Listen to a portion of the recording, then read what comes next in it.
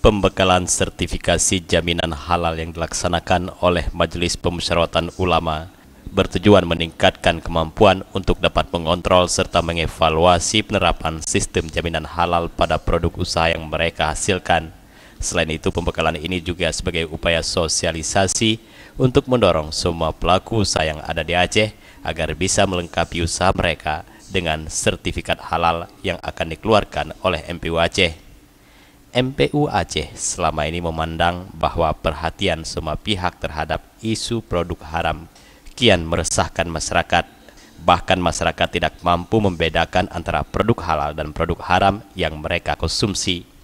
Menurut Wakil Ketua MPU Aceh, Profesor Teguh Muslim Ibrahim, penerapan sistem jaminan halal ini sangat ditentukan dari partisipasi semua pihak usaha, karena hasil dari usaha mereka nantinya bisa berdampak positif bagi para pembeli. Pembekalan ini sebenarnya kan sasarannya supaya kita dapat mengeluarkan sertifikasi halal, sertifikat halal kan. Untuk itu perlu diberikan pembekalan. Jadi pembekalan ini tidak hanya meliputi orang-orang yang akan auditor, tapi lebih penting lagi pada pengusaha. Ya. Juga sangat penting saya pada masyarakat, Pak ya. Sebab bagaimana orang mau jual kalau orang nggak mau beli ya. Oke. Alhamdulillah setelah itu suatu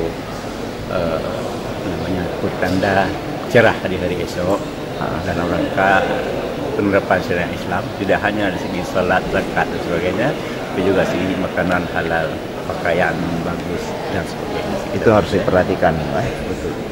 Dan sedikit lagi, Anda sekarang sangat menentukan juga. Media massa ini, elektronika ataupun tulisan sangat menentukan masa ini. Terima kasih banyak TV Aceh. Ya.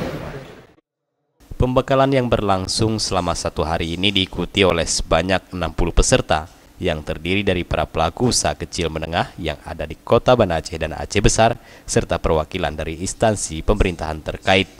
Sukri dan Mustafa, Aceh TV.